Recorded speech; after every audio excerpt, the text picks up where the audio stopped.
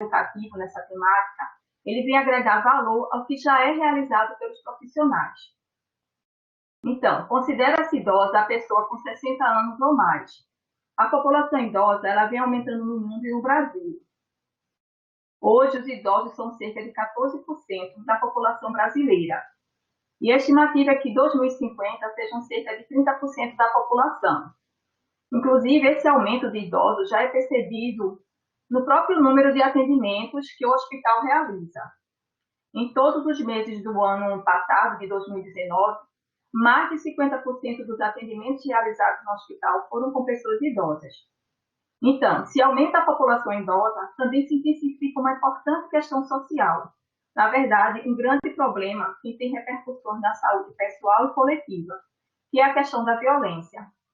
Segundo a OMS, 1 a cada 6 idosos sofre violência.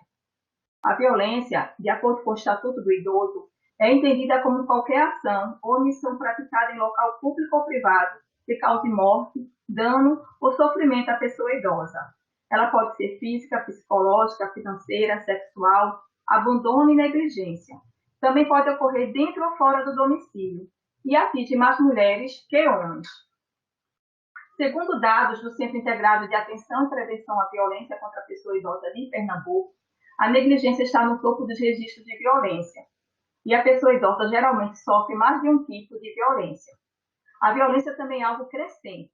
Em 2018, houve um aumento de 13% dos casos de violência em relação a 2017.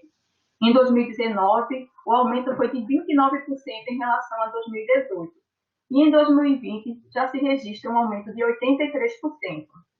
Esse aumento atual tem a ver com a pandemia, com isolamento e distanciamento social. Mas aí não vamos aprofundar aqui essas implicações. Então, frente a essa situação de violência, as atividades educativas tornam-se importantes instrumentos para a prevenção e enfrentamento da violência contra a pessoa idosa.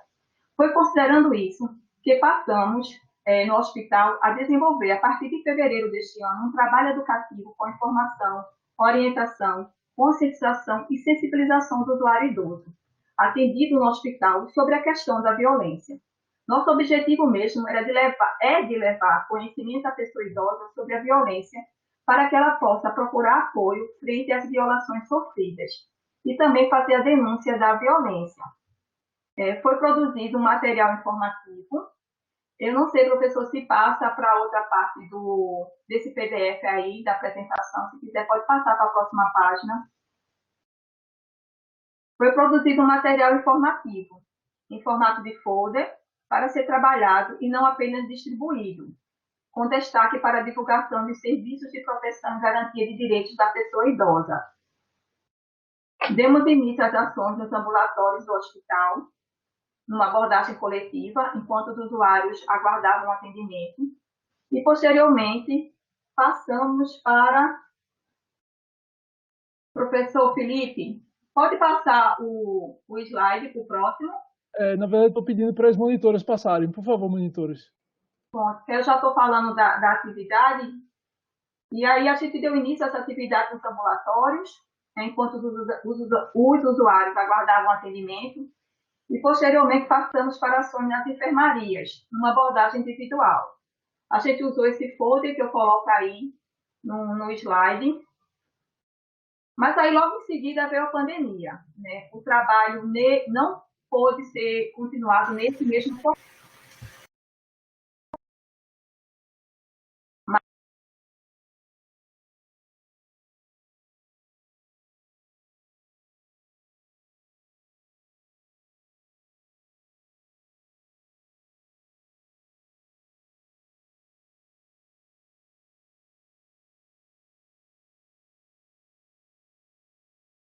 Adriana, eu não estou ouvindo.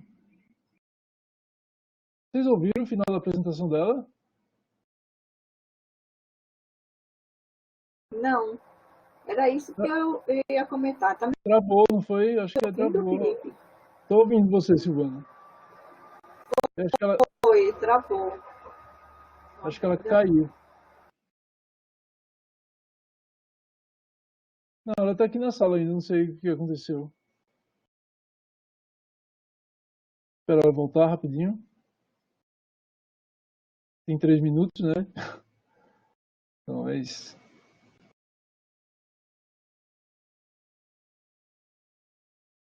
Adriana, você está na sala? Ela está aqui. Eu tô vendo ela. Não sei o que aconteceu. Será que foi lá? Adriana? Adriana? Bom, pessoal, a gente tem que continuar, não pode ficar esperando muito tempo, não. Infelizmente. Pronto, acho que foi algum problema. É. Depois acho que a gente pode tentar conversar com ela, tirar algumas dúvidas se a professora. A Adriana voltou. Ai, não é Adriana.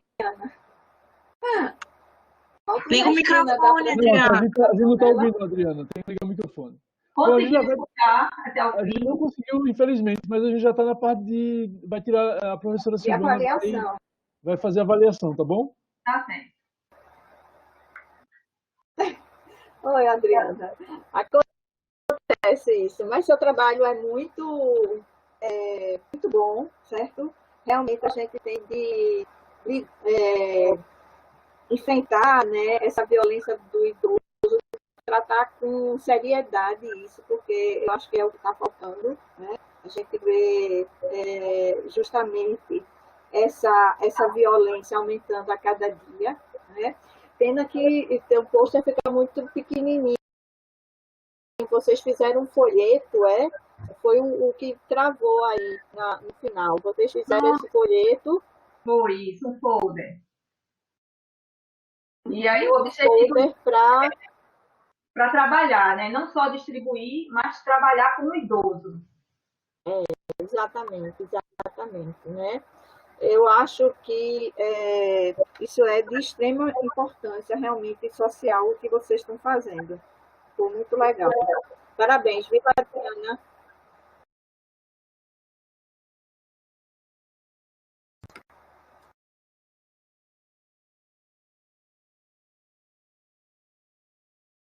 Obrigado, Adriana. Então a gente vai seguir já, né, na sequência, chamar o pôster número 449 de Adriele Iris Dantas da Silva, que vai apresentar o trabalho Papel do psicólogo junto ao assistente social na prevenção de riscos sociais. Então, Adriele. Boa tarde. Eu queria começar pedindo desculpa, né, porque a minha câmera não funciona direito. Aí eu queria saber se tem algum problema. Não, pode apresentar sem câmera, não tem problema. Certo, obrigada. Tem 5 minutos para apresentar. Meu nome é Adriele, né? Eu sou acadêmica de psicologia do 7º período da Faculdade Exuda. E hoje eu vou falar um pouquinho para vocês sobre o papel do psicólogo junto ao assistente social na prevenção dos riscos sociais. O Sistema Único de Assistência Social é um sistema público que organiza os serviços de assistência social no Brasil, organizando as ações da assistência social em 2 tipos de proteção. O primeiro refere-se à proteção social básica, no qual o principal equipamento de atendimento à população são os CRAs. Sua maior função é trabalhar com os beneficiários do programa Bolsa Família, do benefício de prestação continuada e famílias em situação de pobreza. O CRAS também administra um trabalho com as comunidades e promove a inclusão social, melhoria da qualidade de vida e acesso aos direitos. O segundo tipo de proteção é a proteção social especial, que é destinada às famílias e indivíduos que já se encontram em situação de risco ou que tiveram seus direitos violados por ocorrência de abandono, maus tratos, uso de drogas, entre outros. Os objetivos desse trabalho têm como finalidade investigar as construções sociais das famílias em situação de vulnerabilidade e identificar como a psicologia, junto com a assistência social, pode promover um trabalho multidisciplinar. A metodologia desse trabalho trata-se de uma revisão do tipo integrativa, construída através da estratégia PICOS, incluindo 4 artigos em português, publicados no período de 2015 a 2019, em bases e bancos de dados das ciências da saúde, como BVS e Cielo. Pode passar, por favor?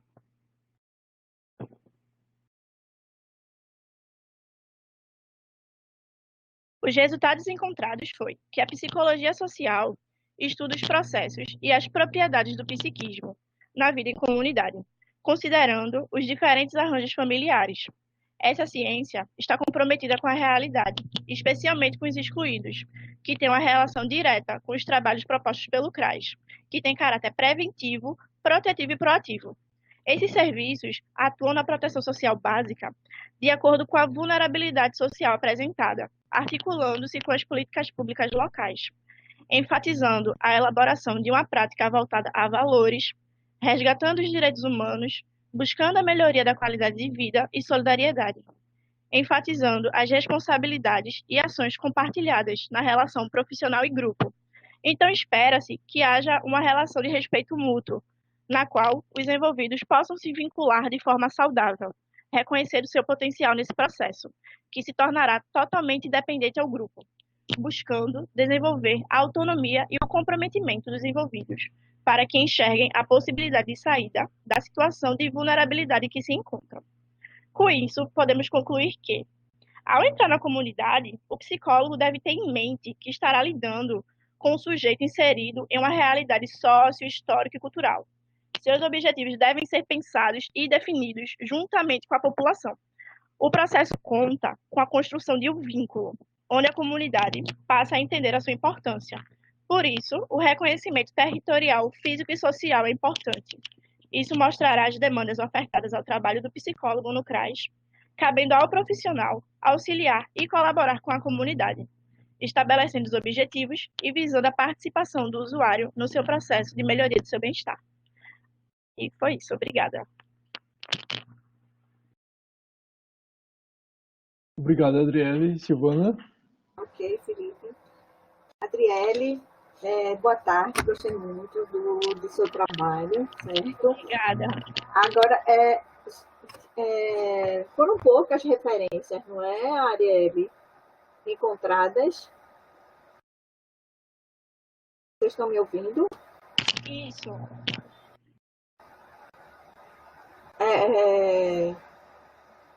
Porque engraçado que é 15, 16, 17 pula para 19, né?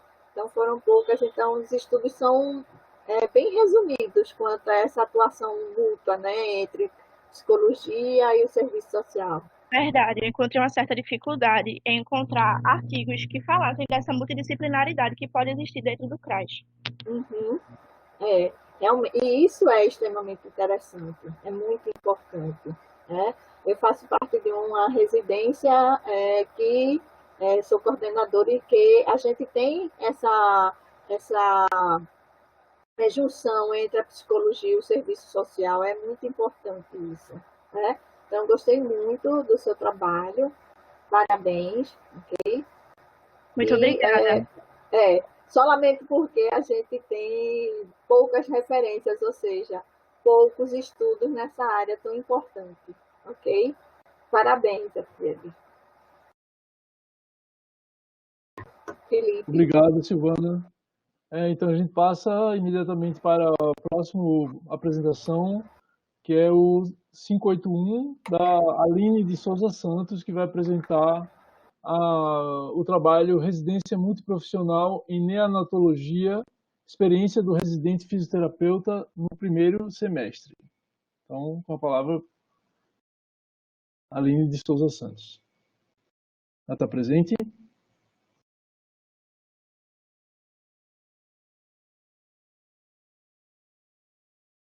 Aline? Opa!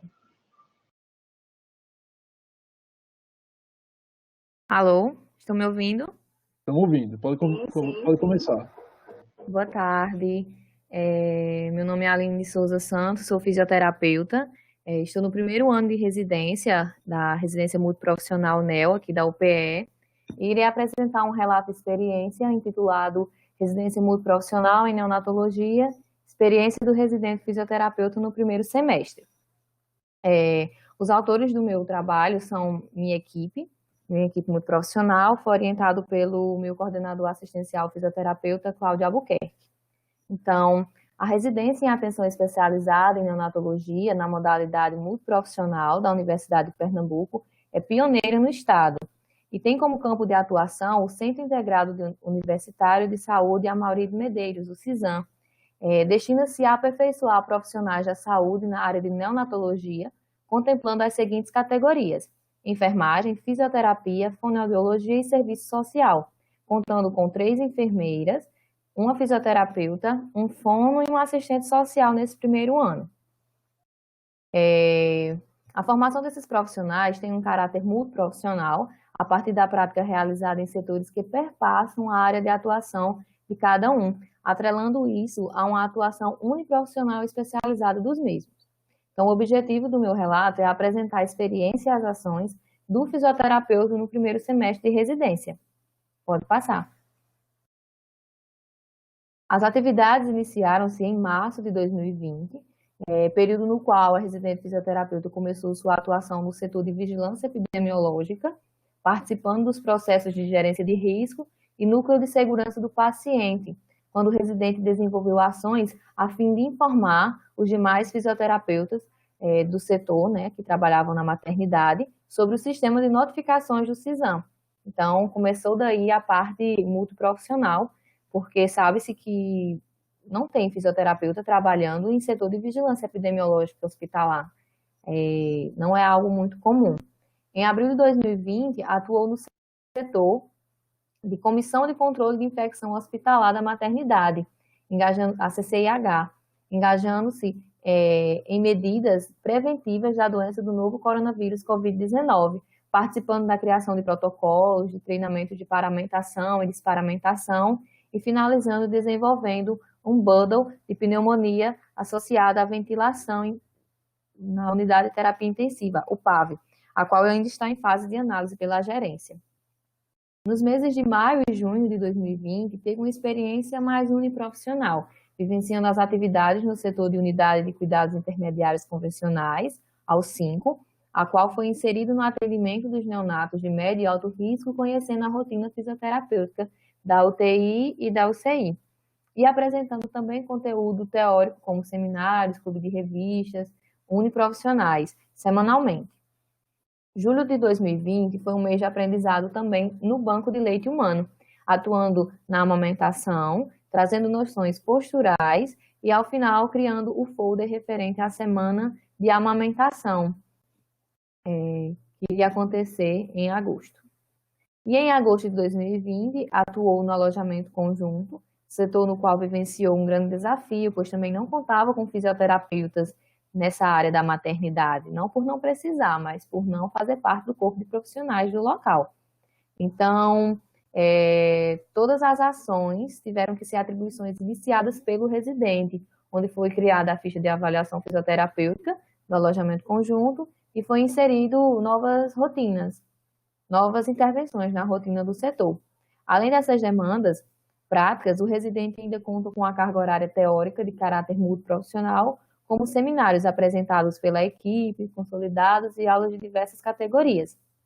Então, trago como consideração final que o residente fisioterapeuta desenvolveu suas ações e discussões de temas com atenção multiprofissionais, tanto em setores com atividades específicas, como em setores a qual não atua, é uma atuação multiprofissional, um gerenciamento de risco, CCH e banco de leite humano. Eu trouxe algumas referências de outros relatos de experiências sobre residências multiprofissionais, e é isso. Muito obrigado, Aline, por respeitar o tempo. Então, a Silvana vai fazer suas considerações. Olá, Aline, parabéns. Gostei muito de você, como R1, sabe? Sair na frente assim, desenvolver um trabalho, apresentar a sua experiência, né, nessa situação, porque são poucos os residentes que realmente, né, gostam, às vezes, de ir para congresso, geralmente vão, mas vão para congresso muito mais relacionado à sua área de atuação, né? Então, tiram mais proveito. E geralmente são R2, né? R1 com 6 meses não tem realmente esse hábito de ir para participar de nenhum congresso. E trazendo aí esse seu relato de experiência, eu gostei bastante disso. prova que você vê, né, enxerga além do que apenas, né, a técnica em si. Então, você tem uma visão além. Isso é muito importante para o residente. Não ter só a noção técnica, mas sim algo que contribua para o serviço dele. É isso o objetivo da residência. Não é só aquela coisa técnica, é uma coisa que vai além. E isso você mostrou vindo aqui, tendo os folders que você fez, tudinho. Eu achei ótimo, ok? Então você está de parabéns.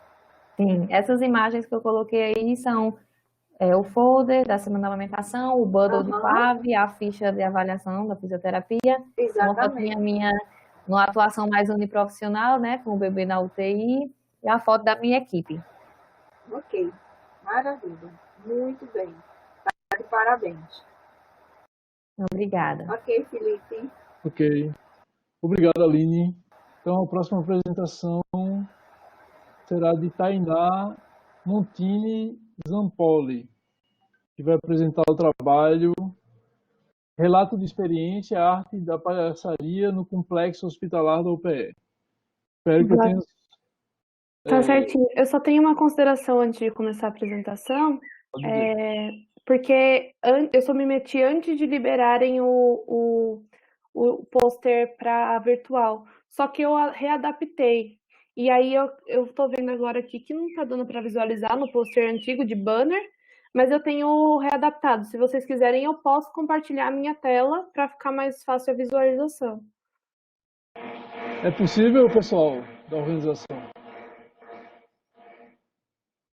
É possível, sim. Eu vou tornar ela apresentadora e ela pode exibir a tela dela. Ótimo.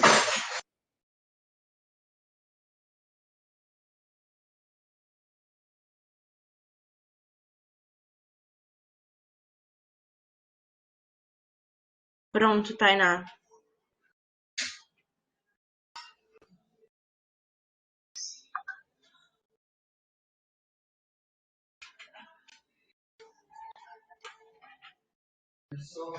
Todos estão conseguindo visualizar?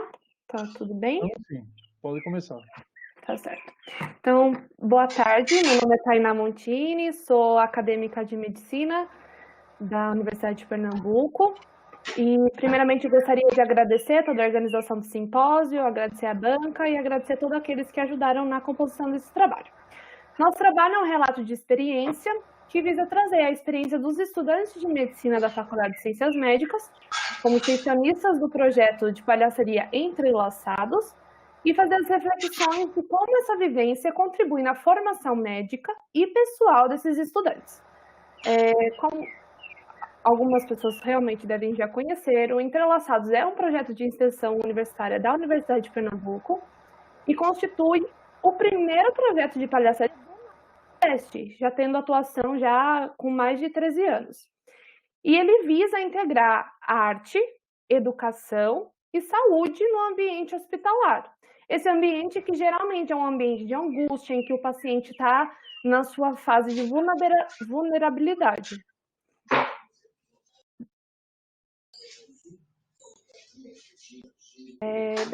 Todos estão conseguindo ver a segunda página, né? Dessa forma, as vivências desse projeto, elas visam e têm como foco o paciente, que também é o foco da medicina.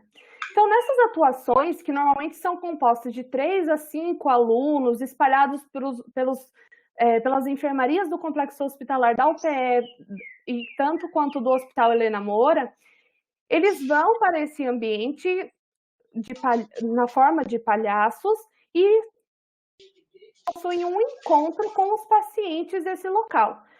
Não só os pacientes, eles possuem encontro com todos aqueles que estão disponíveis a ter um momento com os palhaços, podendo ser os pacientes, os acompanhantes, os profissionais daquele lugar e até mesmo os estudantes que estão por lá.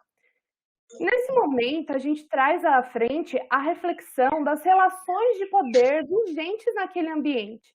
Uma vez que o estudante, quando ele se coloca na posição de palhaço, que é visto como o bobo, e sai naquela postura do jaleco e do esteto, ele é permitido a ele a oportunidade, oferecida a oportunidade dele conseguir ter uma visão holística e de ver com um outro olhar tanto aquele indivíduo quanto o ambiente em que ele está inserido.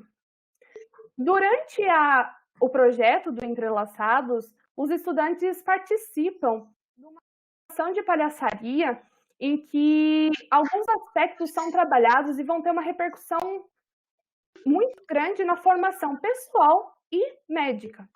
Durante essa formação de palhaçaria, trabalhar de expressão corporal, alteridade, empatia, a busca do reconhecimento do limite do outro, tal como também lidar com as adversidades e situações inesperadas. Tudo isso acaba visando uma pauta que está sempre em discussão na formação acadêmica, que é a ressensibilização. A ressensibilização que permite que tenha uma abordagem holística e particular sobre o indivíduo. Dessa forma, a gente pode observar que a contribuição da palhaçaria na formação universitária, uma vez que ela oportuniza aperfeiçoar e sensibilizar o olhar do extensionista e focar nessa questão do cuidado. A gente espera que, com esse relato, outras formas de ressensibilização e reumanização sejam adquiridas nas universidades e que possam atingir um maior número de quantidade de estudantes. Na foto, nós trazemos a primeira foto, que é de uma atuação no Helena Moura, e na segunda, de uma atuação no Procap. E a partir dela, a gente consegue ver que o encontro ele é de mais diversas maneiras, e ele causa um impacto, de fato, na vida daquelas pessoas, seja através de um toque, através de um vidro ou de um abraço entre as pessoas. Essa era a apresentação que eu queria trazer hoje. Muito obrigada. Muito obrigado, Tainá. Eu passo a palavra para a professora Silvana para fazer as suas considerações. Oi, Tainá. Boa tarde. Boa Boa a sua apresentação. Eu gosto muito desse trabalho de vocês, né, do palhaço. Então, eu queria saber, Tainá, na universidade, na UPE, quantos estão agora aderindo a esse trabalho? Quantos alunos da medicina? Então, o projeto ele tem ciclos que se renovam. Então, a cada ano entram 25 pessoas novas, mas tem pessoas extensionistas que já estavam anteriormente e que continuam, certo? Então, atualmente, tendo uma média, a gente pode afirmar que tem em torno de 50 estudantes em ação, atuando às vezes uma vez por mês, como o caso das pessoas que estão no internato, mas que estão de alguma forma fazendo algum tipo de intervenção nos hospitais. Temos em torno de 50 pessoas. Ok. Fora os alunos da medicina, existem outros alunos de outro curso? No Entrelaçados, ainda a gente não conseguiu abrir para outros cursos. Na Federal, a gente tem um projeto que ele é aberto e é com o mesmo orientador, com o mesmo ator cênico que nos ensina, com o mesmo. E futuramente a gente está até pensando de como fazer essa ampliação dentro da Universidade de Pernambuco. Mas atualmente ainda não tem, é restrito aos estudantes de medicina. Eu acho isso extremamente importante, porque principalmente para a área da saúde, né? Como a enfermagem que lida com o paciente, a odontologia até, né? Porque eu acho que, como você diz, quando você se expõe, né? Coloca aquela carinha de palhaço, está dizendo, eu estou me expondo, eu não sou o doutor, né? Eu sou alguém como você, então isso ajuda muito, né? O paciente a se libertar, tirar até seus traumas, né? Tem gente que não tem trauma do jaleco, né? A síndrome do jaleco branco, pronto. Então, retirar aquele trauma que se tem, né? O dentista também. Então, acho que isso é extremamente importante, humanizar a saúde, né? Isso é um trabalho que vencendo nessa nova modalidade, né, de atuação do modelo, né, estrutural da medicina e de outros cursos de saúde, mas que ainda requer muito cuidado, assim, muito tempo, para que todos os estudantes sejam aderidos. Parabéns, gostei muito. Muito obrigada. Obrigado, Tainá. Então, eu agradeço também a professora Silvana pela avaliação dos trabalhos. Obrigada. Agora a gente convida a professora Cássia Moura a participar também das avaliações, né, dos trabalhos. Então, a partir de agora, a aluna Natália Roberta Salvador de Oliveira, né, pôster 580, vai apresentar o trabalho O Desmonte da Política Nacional sobre Drogas e Saúde da População Negra. Então, realmente, se a Natália estiver na sala, pode começar já a apresentar. Estou sim, boa tarde. Vocês estão me ouvindo? Tá todo mundo me ouvindo? Sim. Estamos ouvindo sim.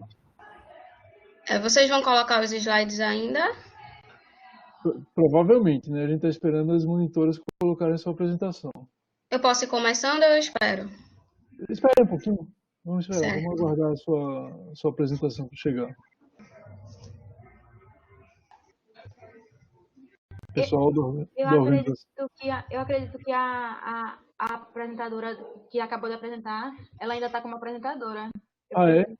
Eu preciso que a pessoa que está como moderadora passe a apresentação. Pronto, já está online. Então, Natália, pode começar, viu?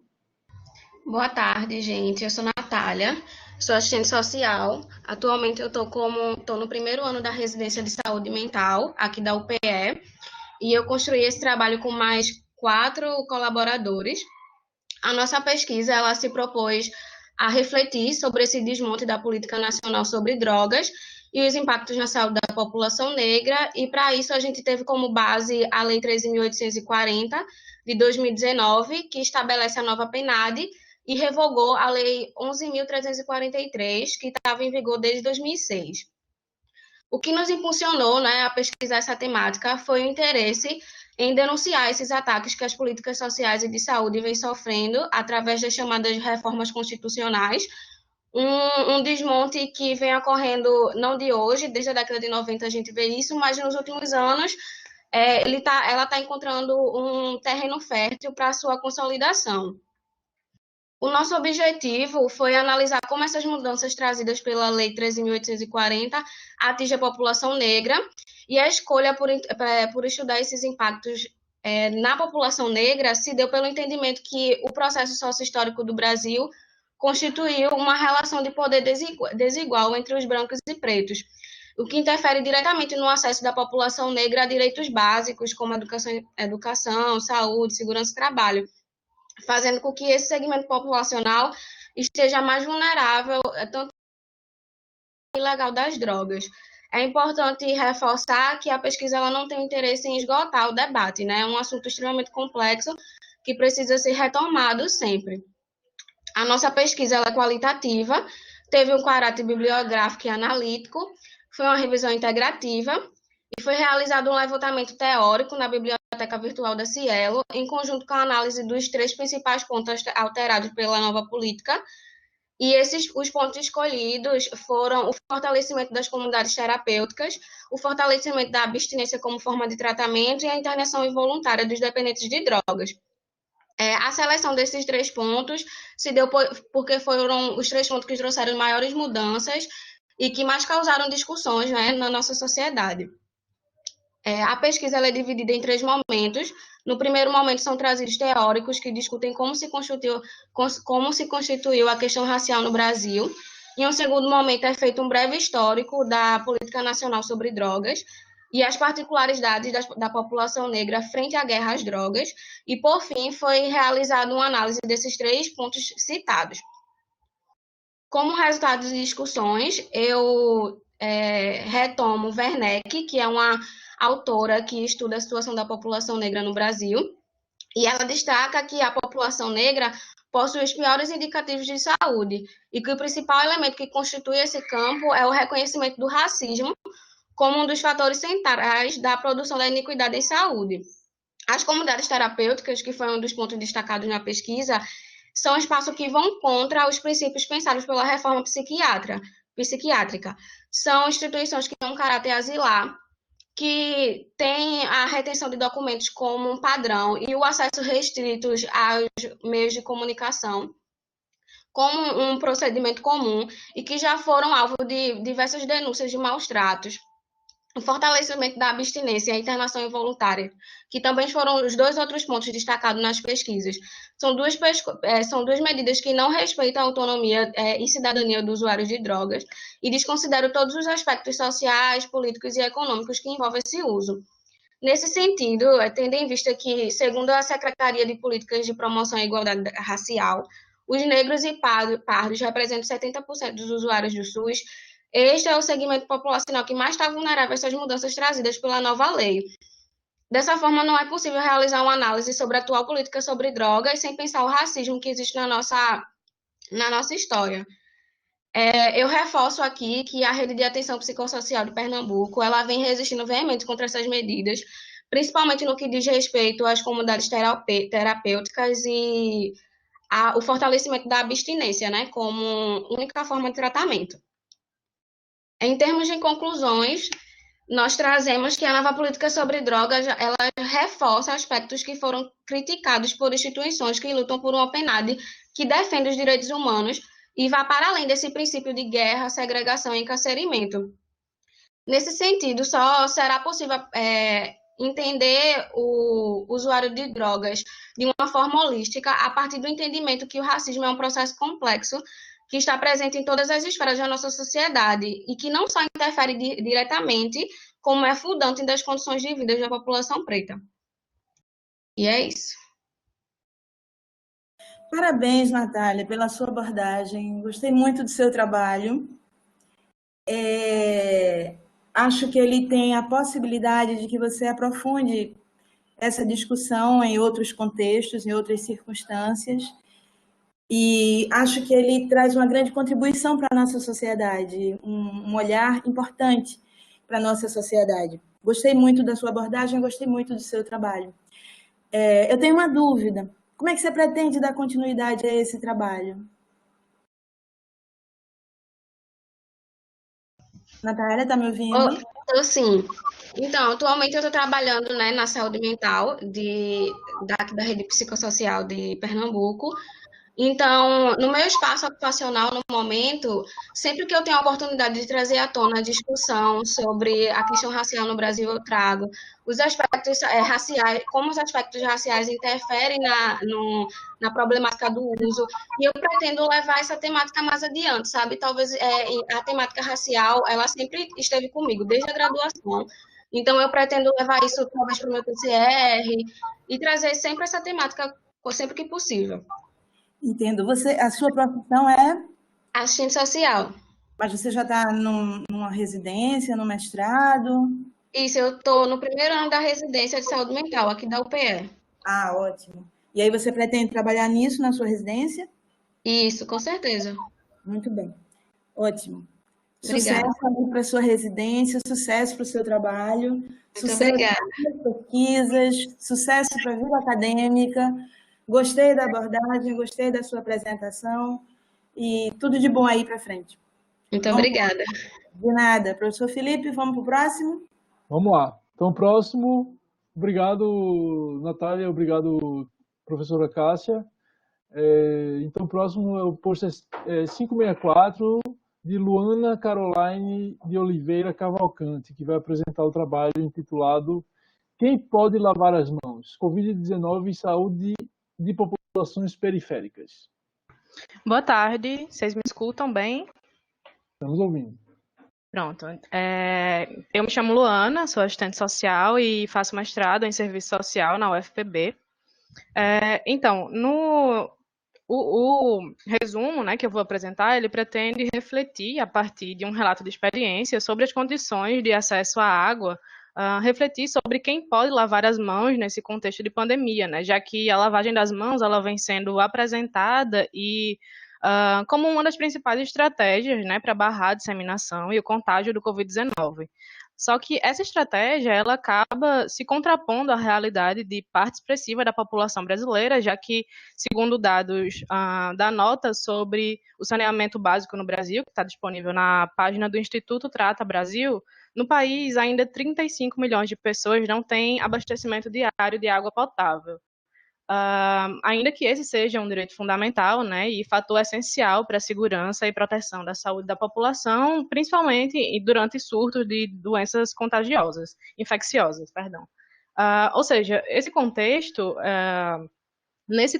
a lavagem frequente das mãos, né, que é algo que deveria ser básico e que parece tão simples, até mesmo mais simples do que o acesso a álcool em gel, enfim, ainda está aquém das possibilidades de muitos brasileiros, né? Essa realidade, ela acaba seguindo também a cruel tendência das desigualdades sociais no Brasil, já que esses números eles dizem respeito a pessoas pobres, moradores de comunidades periféricas, pessoas em situação de rua, e todos esses grupos são majoritariamente formados por pessoas negras, o que aponta para o nada democrático contexto de desigualdade no país.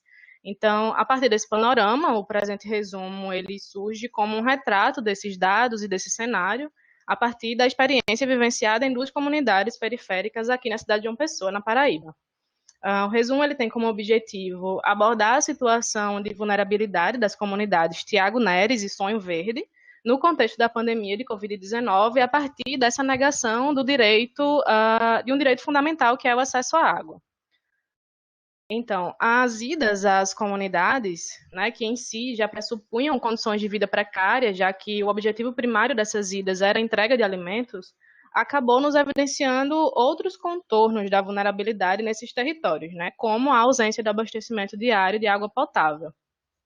As famílias que residem nessas comunidades, elas convivem diariamente com a incerteza da água nas suas torneiras, que se chega exclusivamente através das ligações clandestinas.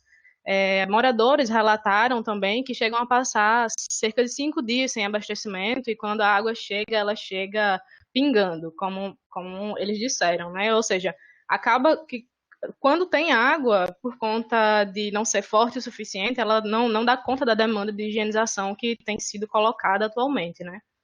É importante apontar também que, além dessa ausência de abastecimento diário de água potável, essas famílias elas convivem com a ausência dos outros fundamentos que constituem a totalidade do saneamento básico, que está previsto na Lei 11.445, de 2007, que determina que todos os domicílios, sejam rurais ou urbanos, tenham acesso aos serviços de água, esgoto, coleta de lixo, né? Então, a falta desse saneamento básico, se somada ao acesso desigual ao sistema de saúde, né, as condições de moradia precária, a impossibilidade de isolamento, acabam colocando essa população mais vulnerável como a mais afetada pela pandemia, e confirmam os dados que apontam para as principais vítimas, que as principais vítimas de Covid são as pessoas negras e pobres. Então, o que a gente tem é que nesses territórios, a Covid-19 encontra um terreno favorável à disseminação, já que as pessoas estão em um cenário de desigualdade de saúde, de precarização da vida, né? E a gente retoma, né, a questão de que isso tudo tem uma relação direta com o racismo, que estrutura a sociedade brasileira e que coloca as piores condições de vida para a população negra. Como conclusão, nós defendemos a universalização prática do acesso à água, visto que formalmente essa universalização ela já está garantida, né, e bem como dos demais direitos sociais, e enxergamos como essencial para o alcance desse objetivo o reconhecimento e enfrentamento das desigualdades raciais, que cria as piores condições de vida para a população negra e pobre e faz com que, nesse contexto de pandemia, essa população continue sendo a mais exposta tanto a contágio quanto a maior taxa de mortalidade. É isto. Parabéns, Luana. Uma excelente abordagem do tema, um tema realmente de extrema importância, eu diria que para a humanidade. O trabalho foi feito na Paraíba, não é isso? Sim.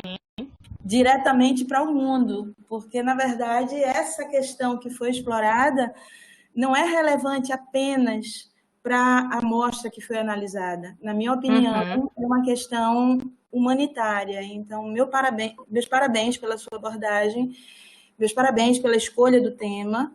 Na minha opinião, trouxe resultados realmente importantes para a nossa sociedade.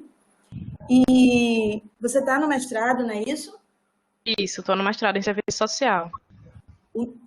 E aí, no caso, quais são os planos após a apresentação aqui ao trabalho, nesse simpósio, após o mestrado? Como é que você pretende, essa é a minha dúvida, essa é a minha pergunta, como você pretende dar continuidade a esses estudos? Na verdade, esse estudo sobre a relação entre desigualdade e acesso à água, ele é novo para mim. Eu pesquiso sobre relações raciais também no mestrado, mas é mais vinculado a outra questão, que é a questão da violência contra mulheres. Só que aí a inserção nessas comunidades me incitou a falar sobre essa questão e, enfim, achei que era necessário. E eu pretendo fazer outras pesquisas em torno desse tema. Na verdade, quando a gente começa a fazer uma pesquisa, a gente tem um objetivo geral, a gente tem uma pergunta norteadora, mas na medida em que os dados vão sendo coletados, nós vamos refletindo e muitas vezes são descobertos, são identificados novos caminhos que nem haviam, num primeiro momento, sido considerados. Né? E aparentemente é isso que aconteceu aí com você, e isso é ótimo, ainda bem que a ciência nos possibilita conhecer novos caminhos. Ainda bem que a ciência nos possibilita ter novos olhares. Né? Então, assim, eu acho que você pode incorporar isso na sua dissertação, embora não tenha sido a proposta inicial, dada a grande importância do tema, dada a grande importância dos resultados. E parabéns. Obrigada. Sucesso nas suas pesquisas, sucesso na vida acadêmica, e a sociedade agradece por esse enfoque. Obrigada. Boa tarde. Professor Felipe, vamos para o próximo? Vamos lá. Obrigado, Luana. Obrigado, professora Cássia. Então, a próxima... Não, Luana, desculpem. Foi a Natália, né, que apresentou agora. Não, foi Luana. Não, foi Luana. Foi Luana, desculpem. Então, agora é o pôster 563 da Carolina Félix Bezerra, que vai apresentar dois pôsteres, na verdade, um seguido do outro, né? O 563 e o 562. Uma coisa, licença, que quem vai apresentar sou eu, a gente construiu junto esse pôster, e aí eu fiquei para apresentar esse também. Então você vai apresentar três, na verdade, no caso, né? Não, eu apresentei um, vou apresentar esse, e Karina vai apresentar o próximo. Tá bom, perfeito. Então tá? Luana vai apresentar o pôster Desigualdade em Saúde e Covid-19, uma reflexão sobre o registro raça-cor. Isso. Então, pode começar. Ok.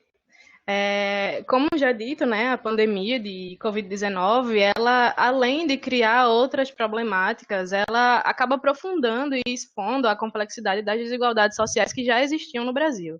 E, nesse sentido, é essencial compreender que os fatores sociais que impactam diretamente no acesso à saúde, sobretudo aqueles que geram estratificação como o racismo.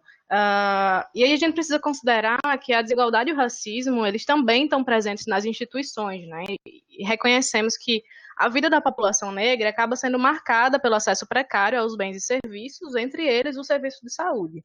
E essa realidade, ela contribui para que a população, que já é vítima da exclusão social, esteja mais exposta às doenças e mais vulnerável à morte. Então, tendo em vista que a Organização Mundial da Saúde, ela reconhece a exclusão social por pertencimento a grupo racial e étnico como um determinante social de saúde, e também considerando a portaria número 344 de 2017 do Ministério da Saúde, que prevê a obrigatoriedade do quesito raça-cor nos formulários dos sistemas de informação em saúde, a gente analisou a implementação desse registro nos boletins epidemiológicos de Covid-19 no Brasil. Então, o resumo ele tem como objetivo problematizar a importância da notificação do quesito raça-cor em casos de Covid-19. Utilizamos como metodologia a pesquisa qualitativa de caráter bibliográfico e documental do tipo revisão integrativa, e realizamos uma busca sobre a temática na base virtual Cielo, em conjunto com a avaliação da portaria número 344 do Ministério da Saúde, né?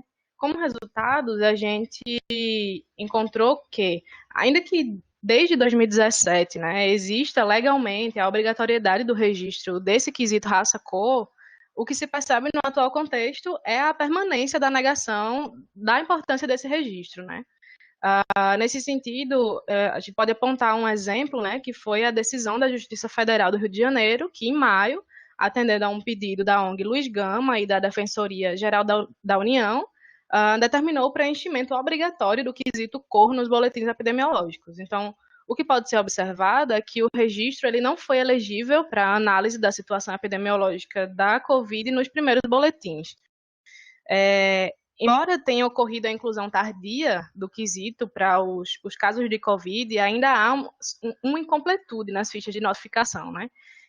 Depois da adoção da notificação, foram avaliados 117.598 casos confirmados da doença e, dentre esses, 60.382 ignoravam a informação de raça, cor. Ou seja, houve uma supressão desse quesito em 51,3%, mais da metade dos casos, né? Nós concluímos considerando que, pensando que a desconsideração do quesito raça-cor nos casos de Covid-19 no Brasil vai de encontro a essa portaria, né, do Ministério da Saúde e revela a tendência de invisibilização dessa questão.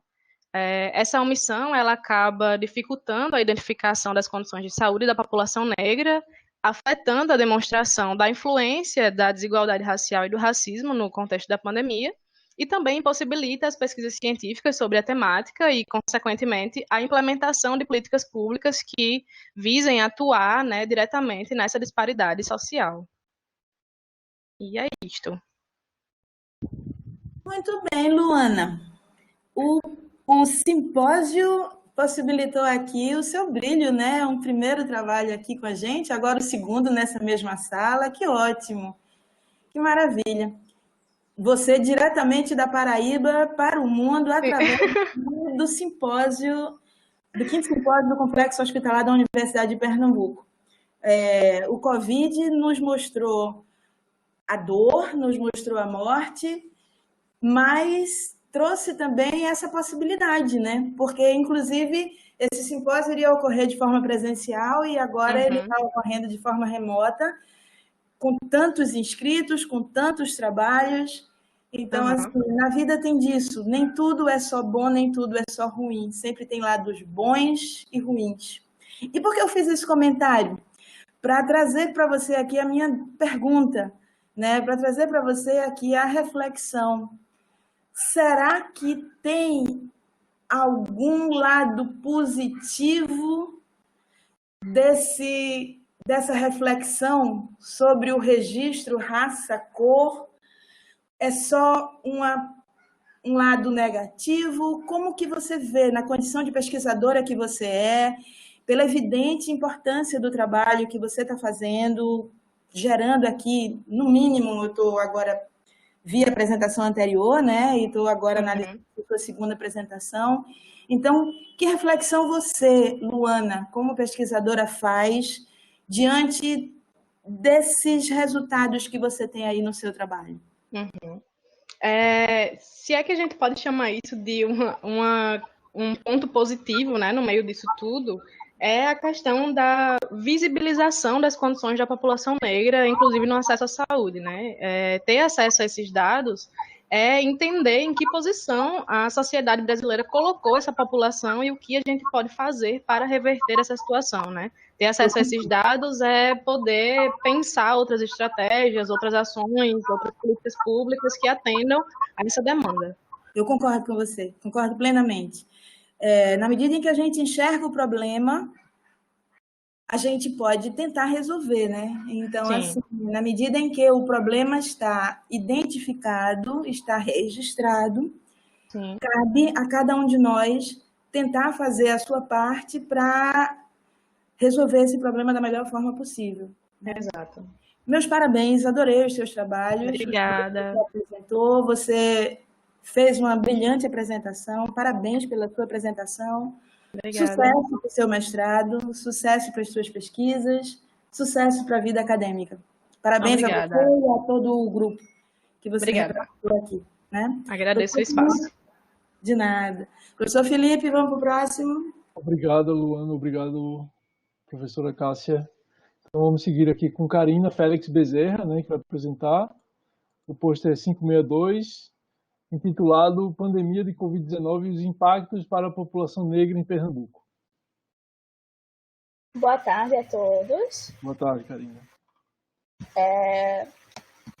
Eu sou mestranda em Serviço Social pela Universidade Federal da Paraíba E o título do trabalho que eu trouxe é Pandemia de Covid-19 e os impactos para a população negra em Pernambuco. De acordo com Jurema Werneck, o racismo estrutural no Brasil ele causa desigualdade no acesso à saúde e, com isso, a população negra está mais vulnerável a adoecimento e também à morte. E com o surgimento da pandemia de Covid-19 no Brasil, consequentemente, as pessoas mais afetadas passaram a ser as pessoas negras. Lembrando que no início da pandemia do vírus, ele estava mais entre a classe média, mas com o passar dos meses, ele passou a afetar mais a população negra e pobre, como mostrou os estudos do Núcleo de Operações de Inteligência em Saúde, feito em maio pela PUC do Rio.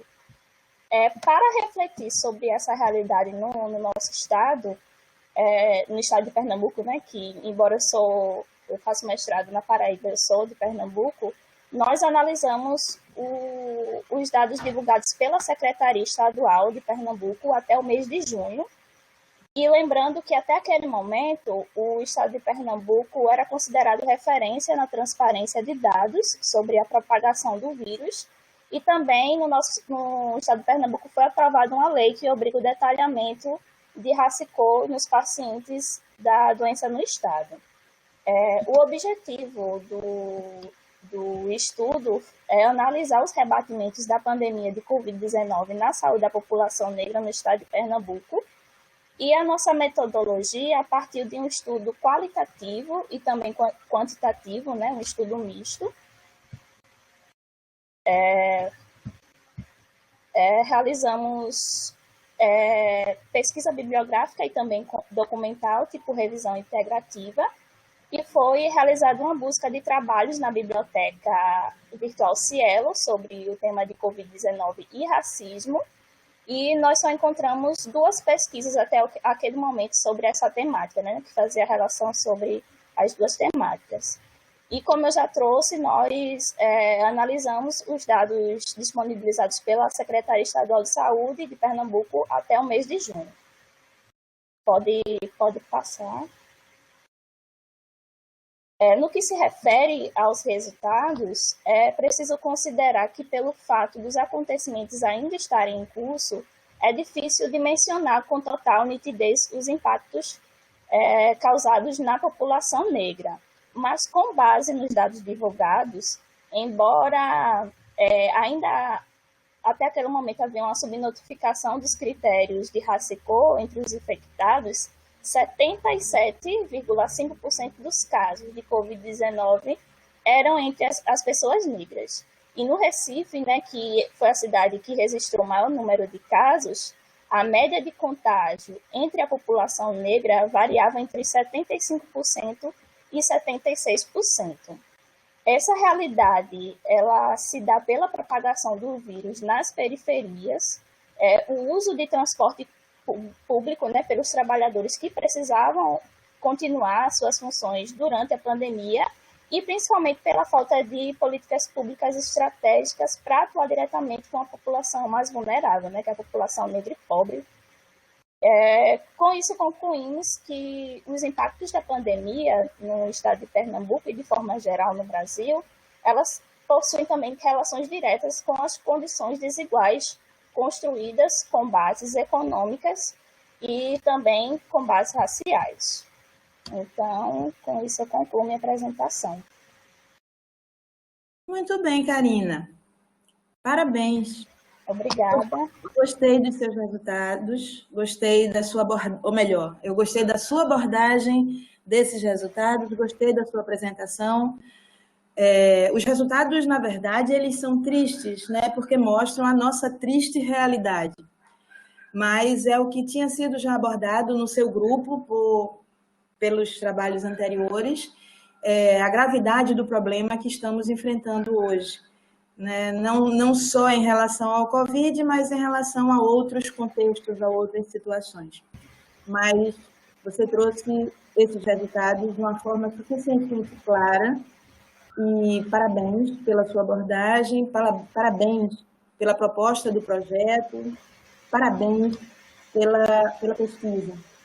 E a minha pergunta é, isso daí, esses dados, esse estudo, é o que você vai estar abordando na sua dissertação de mestrado? Na verdade, na dissertação eu faço um estudo sobre o genocídio da população negra no geral, né? Mas eu já trato um pouco sobre a Covid dentro da minha dissertação, pela tese de que a Covid ela também está fortalecendo o projeto genocida do Estado. Então, eu já venho falando sobre a Covid-19 sim na minha dissertação. Não dá para ignorar os fatos, né? E você trouxe aí um resultado que pode ser explorado dentro da proposta da sua dissertação. Né?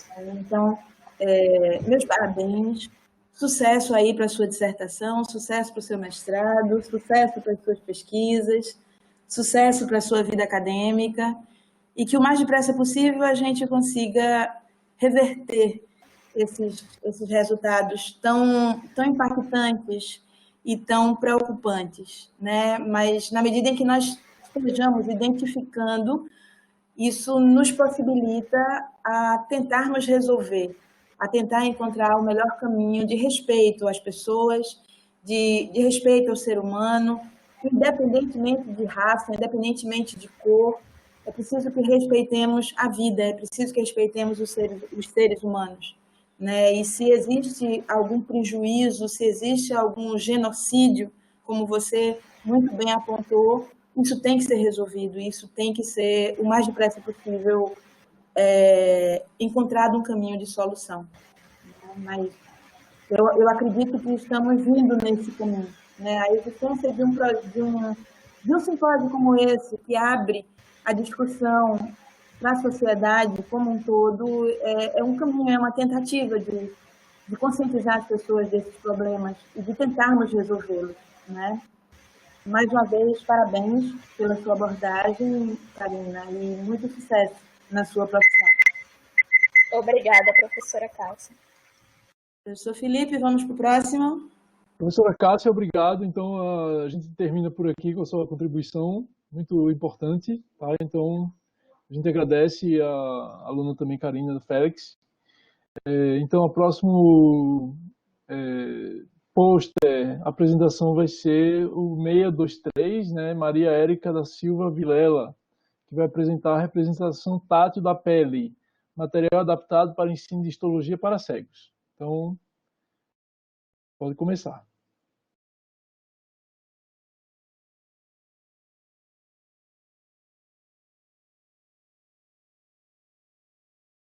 Não estamos ouvindo você.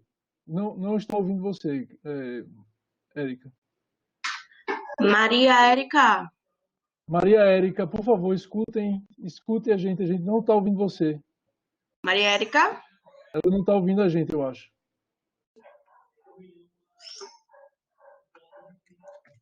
É melhor, não sei como faz, dá para interromper a câmera dela? Vocês estão ouvindo ela? Eu não estou ouvindo ela.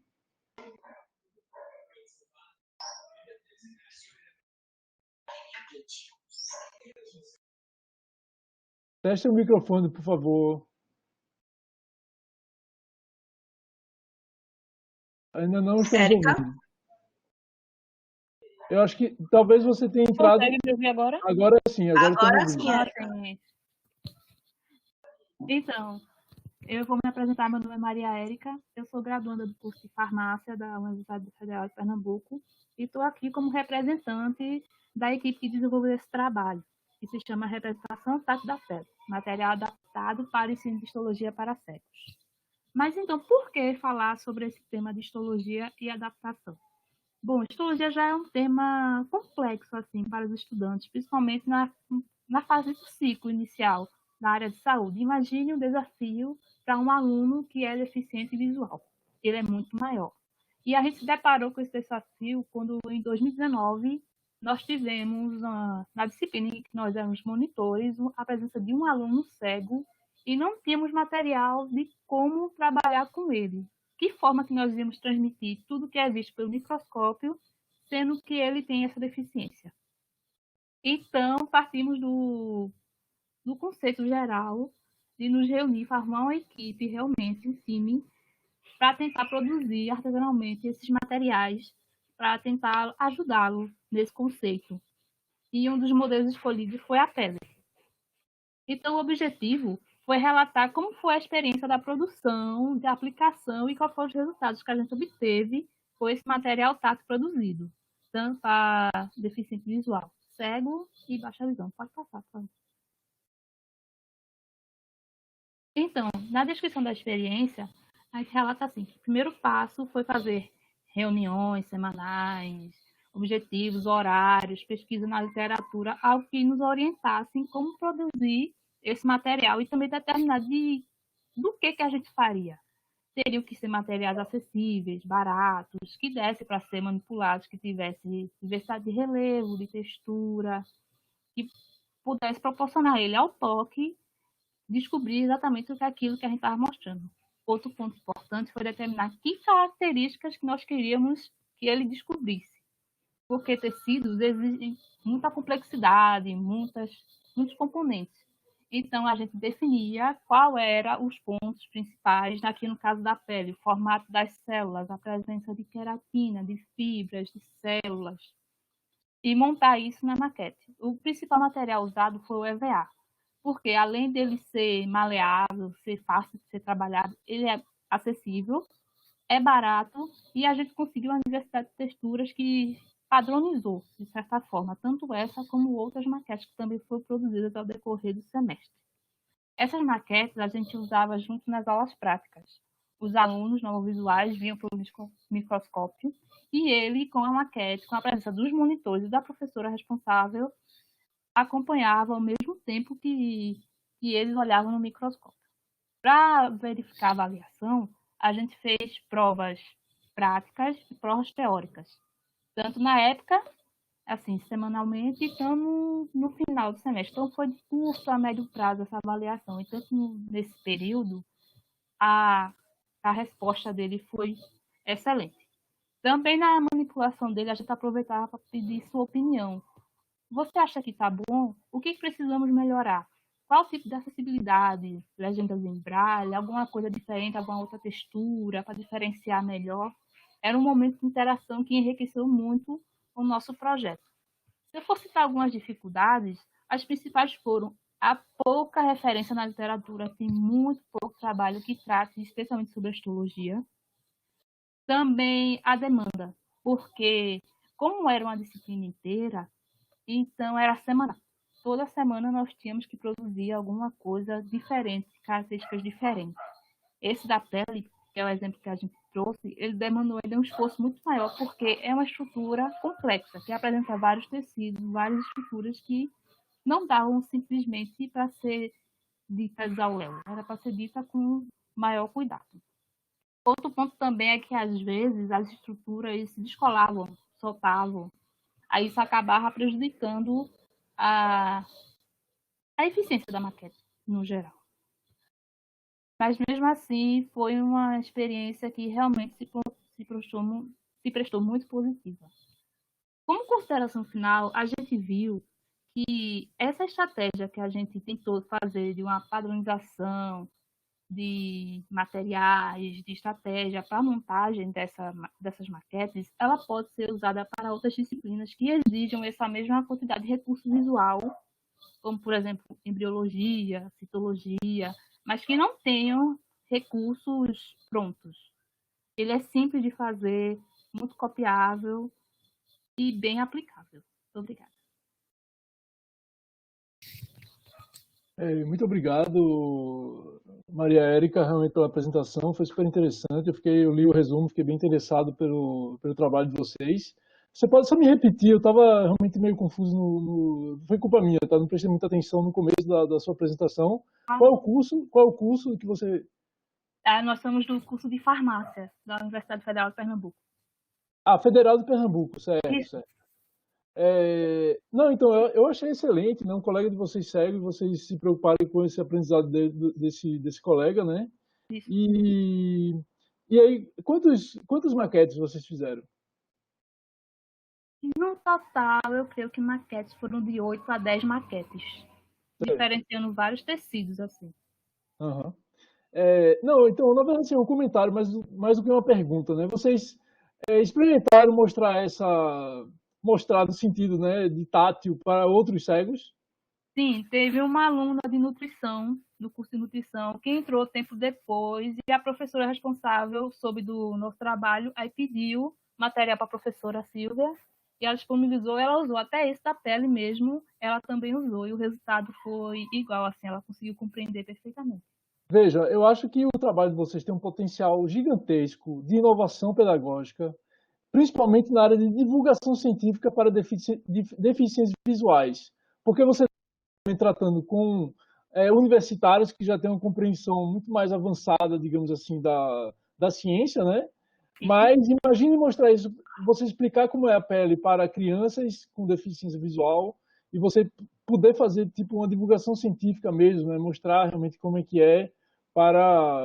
Então é educação ambiental, educação científica e divulgação científica para um público bem mais amplo, né? Então realmente vocês estão de parabéns, é um problema, digamos esqueci agora, um trabalho muito legal, muito interessante, né? Parabéns. Obrigada. Ok. Mas nós temos projetos de divulgar em revistas científicas, publicar artigos, até mesmo manual de como fazer. Muito interessante isso. Não, toque adiante esse projeto, muito interessante mesmo. Sim. Parabéns. Obrigada. Muito obrigado, viu? Tá, então vamos continuar. Agora, o próximo trabalho vai ser o pôster 624, né, 624, de Laís Cecília Rodrigues da Silva, que vai apresentar o trabalho Experiências de Discentes Monitores na capacitação para o uso do Google Classroom. Então, com a palavra. Consegue me ouvir? Consigo. Pronto. Posso começar? Pode começar. Bom, boa tarde. Meu nome é Laís Rodrigues, eu sou aluna de Ciências Biológicas da Universidade de Pernambuco e estou aqui para apresentar o relato de experiência intitulado Experiência de Discentes Monitores na Capacitação para o Uso do Google Classroom, sob a orientação das professoras Aurora Vidal, Beatriz Barbosa, Marcela Vanderlei e Marília Rocha. Bom, o estabelecimento da pandemia de Covid-19, houve a demanda por isolamento social, e isso acarretou na suspensão das aulas presenciais. A comunidade acadêmica não estava preparada para essas mudanças tão bruscas em seus sistemas educacionais, causando diversos desafios. Porém, esses desafios, eles proporcionam a oportunidade de uma atualização nas habilidades relacionadas à utilização de materiais didáticos em suportes digitais. Com isso, uma capacitação em plataformas digitais, em métodos de ensino, se torna indispensável para as adaptações a tais mudanças. Bom, nosso objetivo é compartilhar a experiência de alunos de graduação ao atuar como extensionistas durante a capacitação de professores e monitores do Instituto de Ciências Biológicas da UPE para a utilização da plataforma Google Classroom. O curso de capacitação, ensino-aprendizagem no Google Classroom e utilização do e-portfólio foi oferecido em 4 turmas no período entre 27 de julho e 27 de agosto aos docentes e discentes monitores aprovados em concurso, atendendo ao edital 007 de 2020 da PROEC, tendo como objetivo a habilitação no uso da plataforma Google Classroom e do pacote de aplicativos GStudy for Education. A metodologia aplicada no curso se baseava em dividir os momentos em momentos síncronos e momentos assíncronos. Os momentos síncronos sendo, basicamente, a exposição das utilizações desses aplicativos em reuniões no Meet com os participantes, enquanto os momentos assíncronos eram focados nesses participantes desenvolverem essas habilidades de forma individual e sendo capaz de vivenciar duas perspectivas diferentes, a de professor e a de aluno. No dia 1, era dada uma aula sobre a evolução dos métodos de ensino e aprendizagem e também eram ensinadas a como criar uma sala no Google Classroom e também Google Classroom e como postar materiais. No segundo dia, era mostrado como elaborar atividades com ou sem nota no Google Forms e também a utilização da rúbrica. No dia 3, eram abordados o Google Meet, o Google Agenda e a extensão do Google Meet Attendance, que é utilizado para registrar a frequência de alunos durante os encontros síncronos. E o dia 4 era um momento de esclarecimento de dúvidas e a exibição do e-portfólio dos participantes. Os três alunos extensionistas, Débora Dantas, Laís Rodrigues e Nicolas Oliveira, foram capacitados na primeira turma e, desde então, em todas as outras 3 turmas, passaram a atuar como monitores. Nos momentos síncronos, atuando, auxiliando as professoras em tudo que fosse necessário e, nos momentos assíncronos, auxiliavam os participantes, caso esses necessitassem de uma orientação maior nesse desenvolvimento de atividades, que eram essas habilidades com esses aplicativos. Também elaboramos um e-book que ele mostra exatamente, passo a passo, como desenvolver todas as atividades abordadas nesses momentos síncronos do curso. Como consideração final, consideramos que o curso foi bastante proveitoso, tanto para os alunos quanto para os professores. Para os professores, que eram o público-alvo principal do curso, esses puderam desenvolver,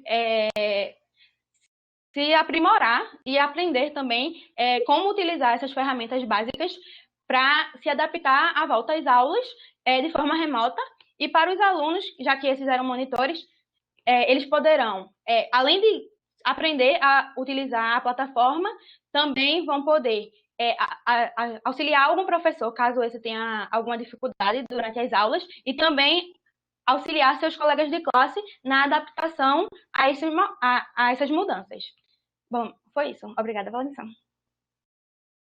Obrigado, Laís. É um prazer te ver apresentando esse trabalho.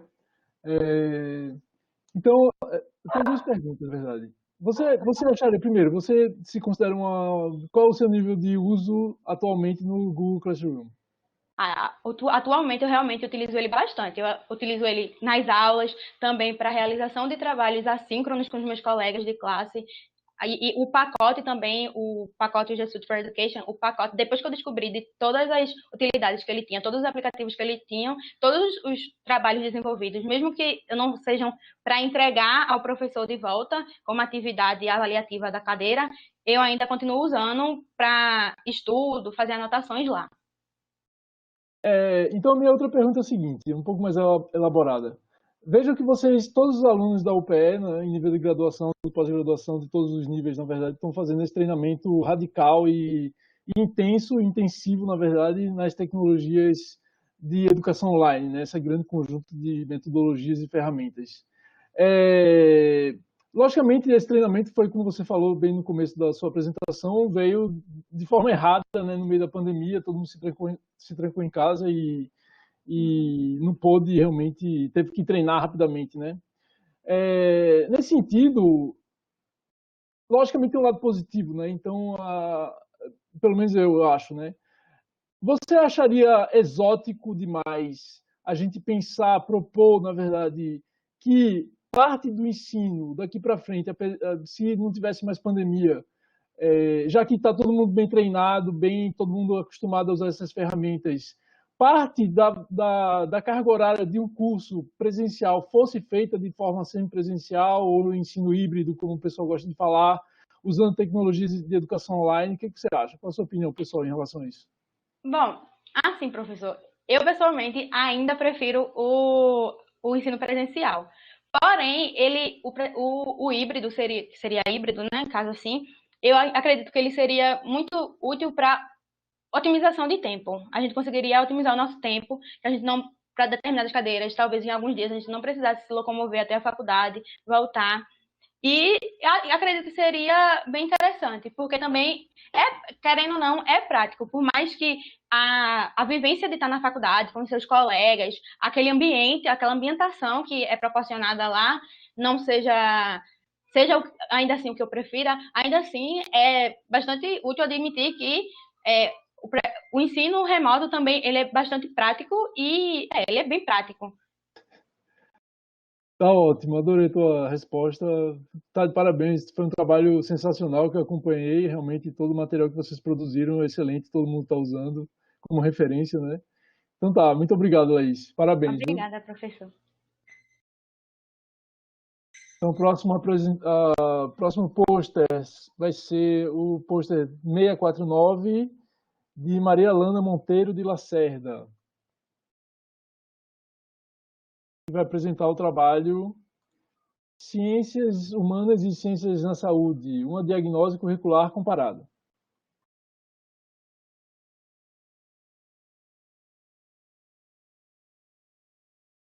Olá, todos me ouvem bem? Estamos ouvindo. Deixa eu tentar ligar aqui a câmera. Não tá. Acho que ligou agora, né? Não sei se vai ser possível ampliar um pouco o banner para vocês verem os resultados, que eu acho que Olha, ficaria mais interessante. licença. Gente, talvez se vocês preferirem, vocês também podem expandir a tela e visualizar apenas o banner. Abaixo do pôster tem, no caso, para vocês aparecerem, no canto do pôster aparece um símbolozinho de expansão. Aí vocês podem expandir, que fica bem melhor para ver. Mas tu quer que eu dê foco para tu poder ver? No caso, Laís, eu estou só pedindo que você foque nos resultados, porque para poder otimizar o tempo, eu vou focar mais neles, tá bom? É só por isso. Bom, meu nome é Maria Alana Monteiro. Esse trabalho chama-se Ciências Humanas e Sociais na Saúde, uma diagnose curricular comparada. Eu sou docente da Universidade de Pernambuco, eu trabalho exatamente nas disciplinas de Ciências Humanas, Sociais e Saúde, na saúde coletiva, na graduação, mas eu tenho formação na área de História e também trabalho na graduação de História, né? E eu venho também interagindo com a pesquisadora Ive Monteiro, que é da Prefeitura da cidade do Recife, já tive a oportunidade de diálogos, né, com os residentes dela. E a gente, justamente a partir desse contato com os estudantes, a gente começou a ter um interesse conjunto, né? Ela é da área da odontologia e, como eu disse, eu sou da área das ciências humanas e sociais, em perceber como que esses currículos novos, né, de fato, vêm abordando as demandas que as diretrizes curriculares nacionais já colocam, né? De haver uma abordagem mais crítica, mais reflexiva da realidade, onde as ciências humanas e sociais, de fato, nessa estrutura curricular, tendem bastante a colaborar, né? Buscando respostas tanto para questões sociais, políticas, culturais, que a gente pode lançar a mão de estratégias para saber e para fazer socialmente os nossos percursos profissionais, incluindo a área da saúde, né? Então, nosso objetivo foi elaborar um diagnóstico comparado inicial da inserção desse componente, né, de ciências humanas e sociais nos currículos das graduações, tanto de saúde coletiva como odontologia. E aí a gente fez uma consulta, né, exatamente nos projetos da UPE, da Universidade de Pernambuco. E aí nós, como metodologia, né, nós adotamos a análise documental dos projetos políticos dos cursos vigentes agora, né, já em 2020, no caso da graduação de saúde coletiva e das duas graduações de odontologia que hoje são ofertadas, uma aqui na região metropolitana e outra lá no campus de Arco Verde, no interior.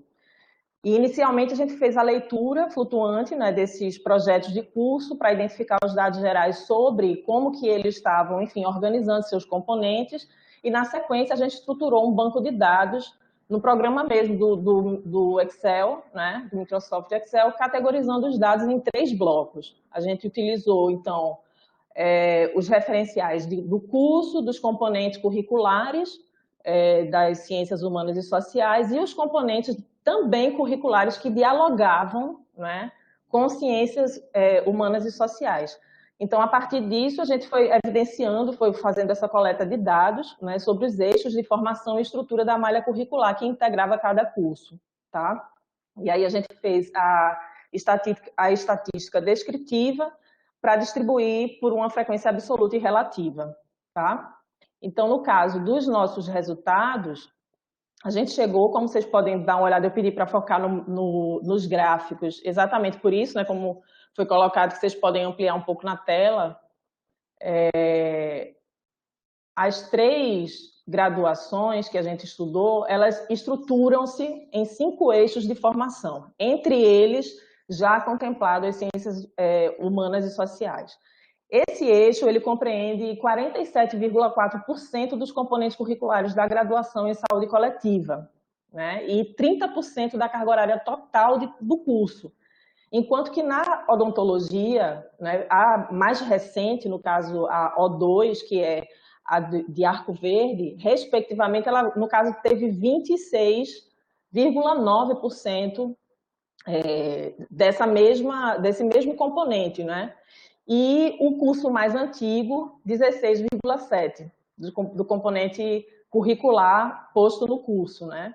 E como carga horária total, a gente tem o curso mais recente de odontologia com 14,3%, né, na carga horária total, contemplando as ciências humanas, enquanto que o curso mais antigo só contempla 9,4%.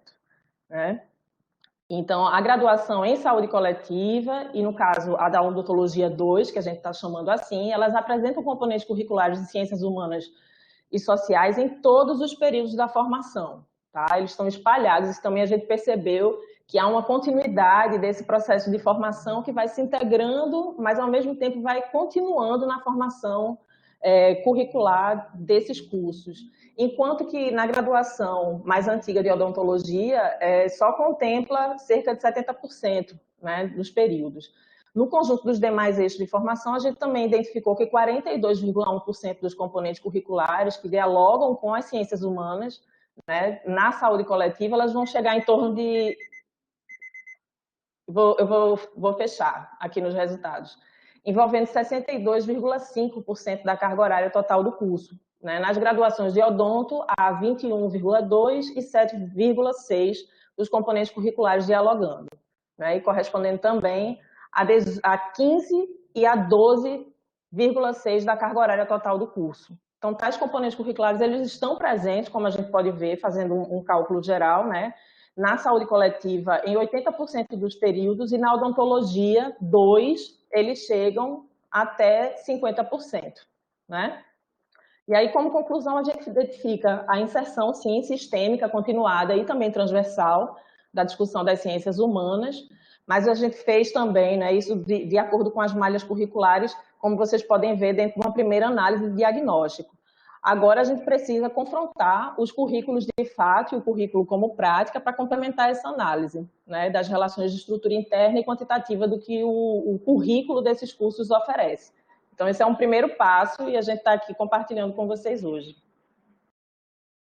Obrigado, professora Maria Helena. Você devia ter se apresentado como professora. Sim, eu me apresentei, eu disse que eu era professora da graduação de saúde coletiva e de história. Ah, legal. Da UPE. Então, eu queria... A primeira pergunta é, você utilizou o Zotero para escrever esse resumo? Não, Felipe, dessa vez... Tô brincando. Ainda não. Mas nas próximas fases a gente vai utilizar. Por quê? Porque a gente vai fazer as análises mais qualitativas. Nesse momento que a gente fez só esse levantamento para realmente observar ao longo dos projetos como o eixo vinha sendo trabalhado, então a gente não fez esse outro, porque é esse outro confronto, né? Existe uma coisa na teoria, que foi isso que a gente avaliou agora, é o que está lá nos projetos do curso, e a gente pretende confrontar com a prática, como isso vem sendo executado. Não, então eu tenho uma curiosidade só, tá? Realmente o trabalho está excelente, você deveria fazer isso com biologia também, com outros cursos de saúde.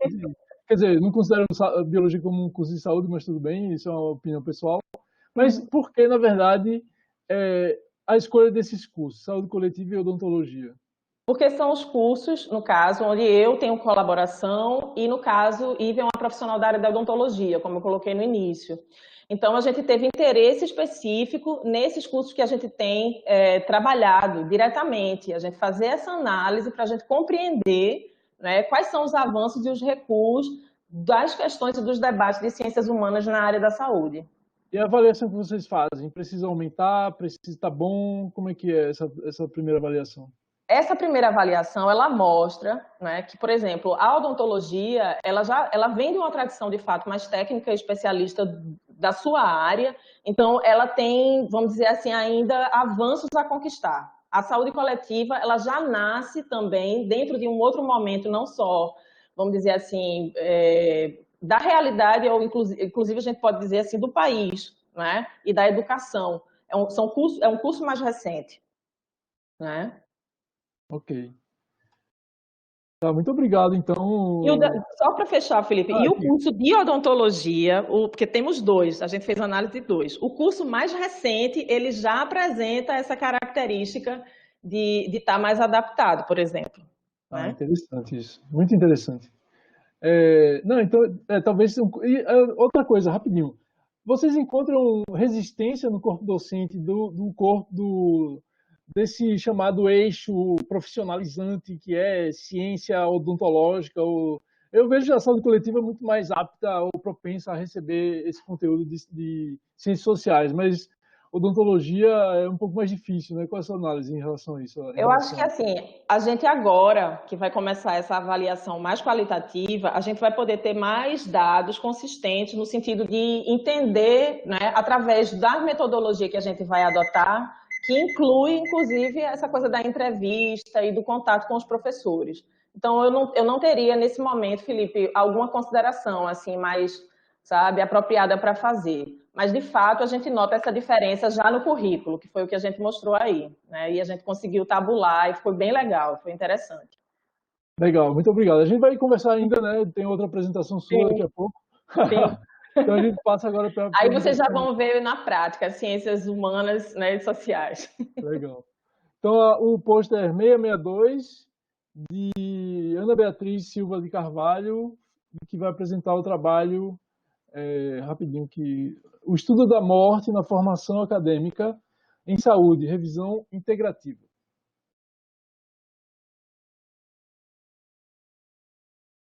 Vocês estão me ouvindo? Estamos ouvindo, sim. Pode começar. Vocês estão me ouvindo? Sim, Bia, pode começar. Boa tarde, eu me chamo Ana Beatriz e vou apresentar para vocês o trabalho O Estudo da Morte na Formação Acadêmica em Saúde, Revisão Integrativa. Foi escrito por mim, juntamente com Gabriela Freitas, Larissa Cassiano, Raíza Paixão e Thalita Luz, sob a orientação da professora doutora Tânia Falcão, todas pertencentes ao corpo acadêmico da Universidade de Pernambuco. Então, a ideia desse trabalho surgiu a partir de discussões entre discentes e orientadores de uma extensão universitária sobre a aversão que se tem de falar sobre a morte no meio acadêmico, apesar de se saber que esse tema, apesar de se saber que essa aversão, ela repercute negativamente em uma... Apesar de se saber que essa aversão, ela repercute negativamente tanto na vida estudantil quanto nas futuras relações profissionais e humanísticas com os pacientes. Então, o objetivo dessa revisão foi perceber como se aborda essa temática nas universidades e o desfecho dessas abordagens. Então, durante o período de julho e agosto de 2020, nós fizemos as buscas bibliográficas em bases de dados, como Cielo, PubMed e CAPES, através de descritores em saúde, como tanatologia, saúde, educação médica, cuidados paliativos, entre outros. E utilizamos como critérios de inclusão artigos em português e inglês dos últimos 5 anos. Constatou-se, então, que 2 pontos principais entre os artigos analisados. O primeiro foi uma ausência de um ensino-aprendizado realmente eficiente desde o início da graduação sobre a morte e o morrer. E o segundo foi um sofrimento de todos os envolvidos nessa problemática, estudantes, profissionais docentes e médicos, pacientes e familiares, devido à inabilidade em lidar tanto com o processo de morte quanto com a finitude da vida. A partir desse ponto, a gente percebeu que essa concepção que se tem atualmente no meio acadêmico sobre a morte ser um processo antinatural, que é muitas vezes visto até como uma falha profissional que deve ser ocultada, silenciada, precisa ser revista, precisa ser repensada. E, para isso, metodologias ativas, ambientes propícios para reflexão e até mesmo trabalhos científicos, como essa própria revisão, precisam se fazer mais presentes na grade curricular, a fim de não só proporcionar um aprimoramento no ato de lidar com a morte, mas também demonstrar a real importância dele e que ele não deve ser menosprezado. Afinal, a morte faz parte do ciclo da vida e quanto melhor a compreendermos, mais conforto e empatia podemos transmitir para as demais pessoas. É isso. Obrigada. Muito obrigado, Ana. Você terminou quase com 2 minutos sobrando aí. A gente pode ter, então, 5 minutos para conversar. Eu tenho várias dúvidas em relação ao seu trabalho. Parabéns já de início. É um assunto muito importante, eu acho, né? Falar sobre a morte, principalmente no curso de saúde e de medicina, particularmente, né? Então, a primeira pergunta que eu tenho é em relação aos resultados, certo? Então, queria uma opinião sua, já que vocês fizeram essa pesquisa, na verdade, né, bibliográfica, na verdade, então você deve ter lido bastante artigos, né? Vocês pesquisaram artigos em inglês também, não? Ou só em português?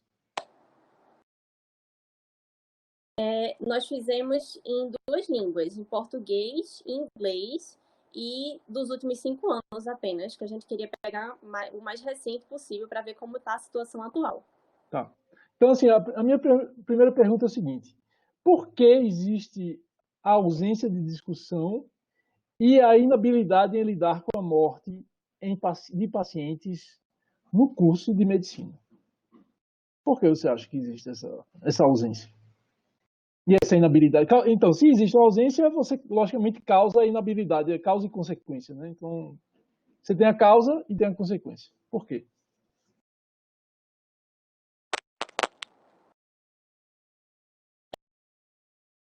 Assim, é muito também da questão cultural da gente. A gente tem a tendência ocidental de negar a morte, de tentar esconder. Isso até é um processo histórico, porque se você pega antigamente, pessoas geralmente faleciam em casa, onde toda a família estava presente. Recentemente, as pessoas geralmente falecem nos hospitais. Então, assim, é tudo muito escondido, tudo muito como se as pessoas tivessem medo de lidar, apesar de ser alguma coisa que todos nós temos que lidar, porque faz parte da vida. Então, acho que a questão cultural, a questão histórica influencia bastante. E o modelo também da própria universidade ainda não querer expandir os modelos de ensino-aprendizado atrapalha um pouco nesse aspecto, porque ninguém ensina a morte sentado um na frente do outro, com slides, sabe? Um modelo tradicional de ensino não tem como ensinar dessa forma.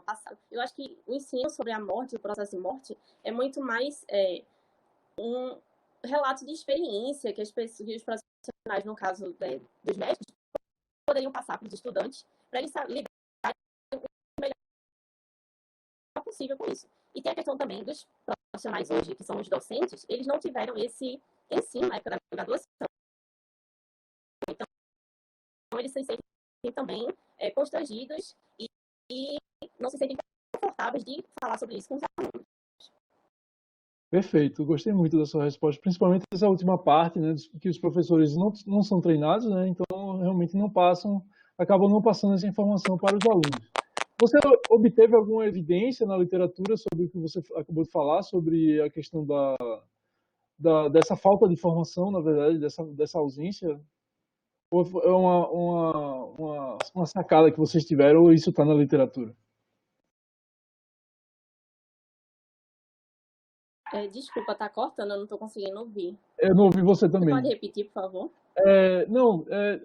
Bom, a gente pode discutir depois. A outra pergunta que eu ia fazer, na verdade, você está ouvindo?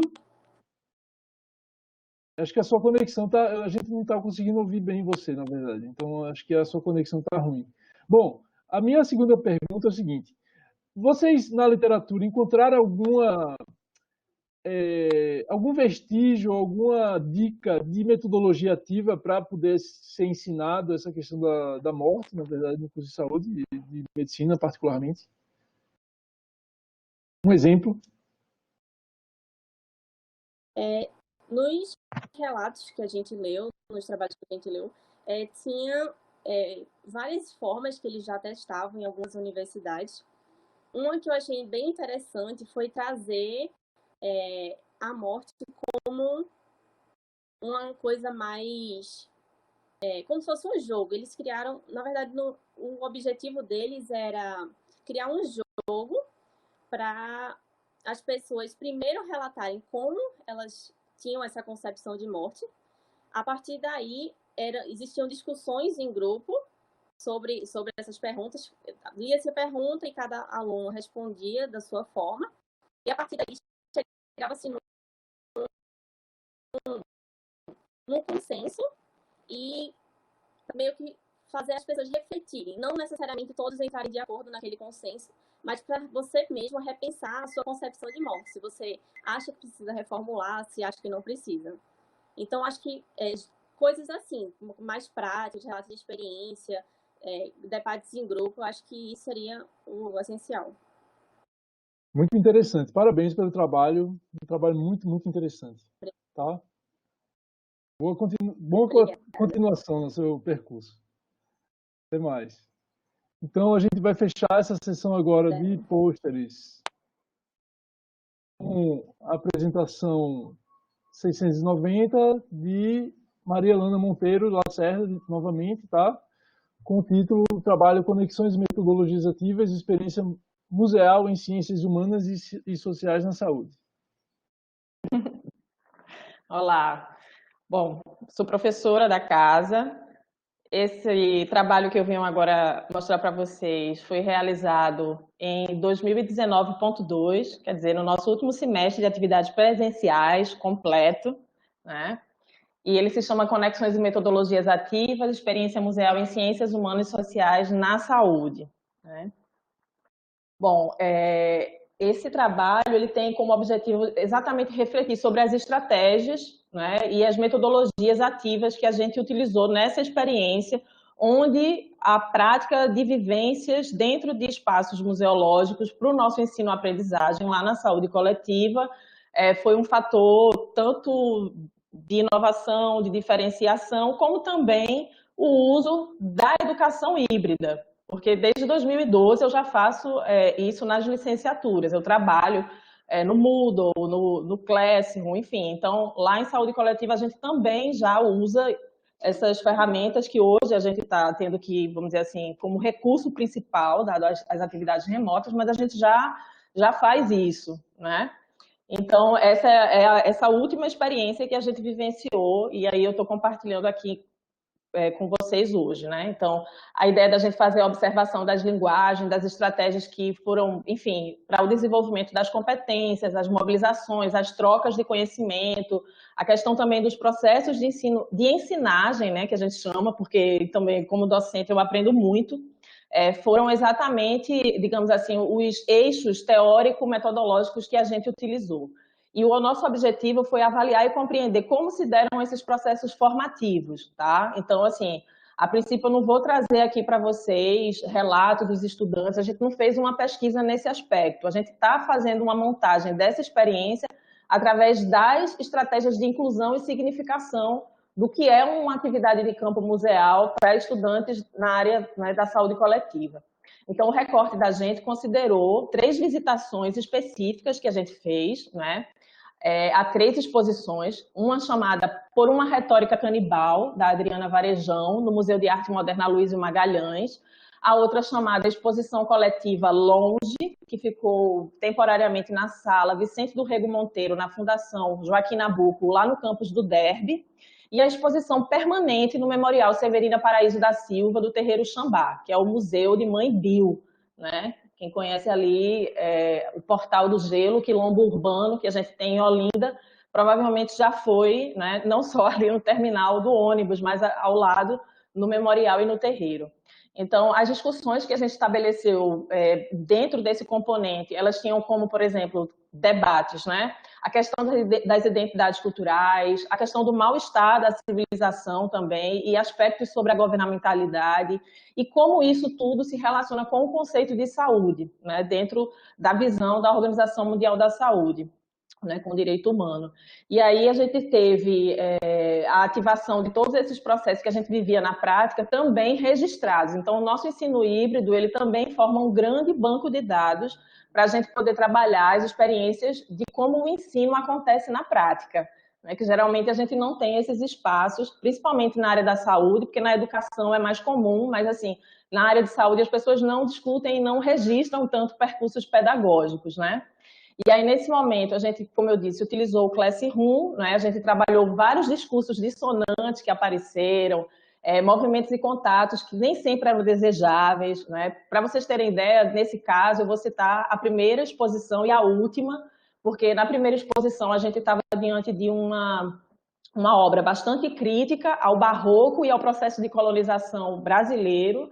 Então, várias imagens e vários murais, várias obras de arte da artista que estava lá expondo, elas desconstruíam a perspectiva do colonizador, do cristianismo e de uma série de referências que, para muitos dos nossos alunos, terminou sendo bem desconfortável, né? Dado a origem, inclusive, não só de não ter acesso, muitas vezes, a esses espaços culturais e haver um estranhamento, mas também pela sua cultura cristã, né?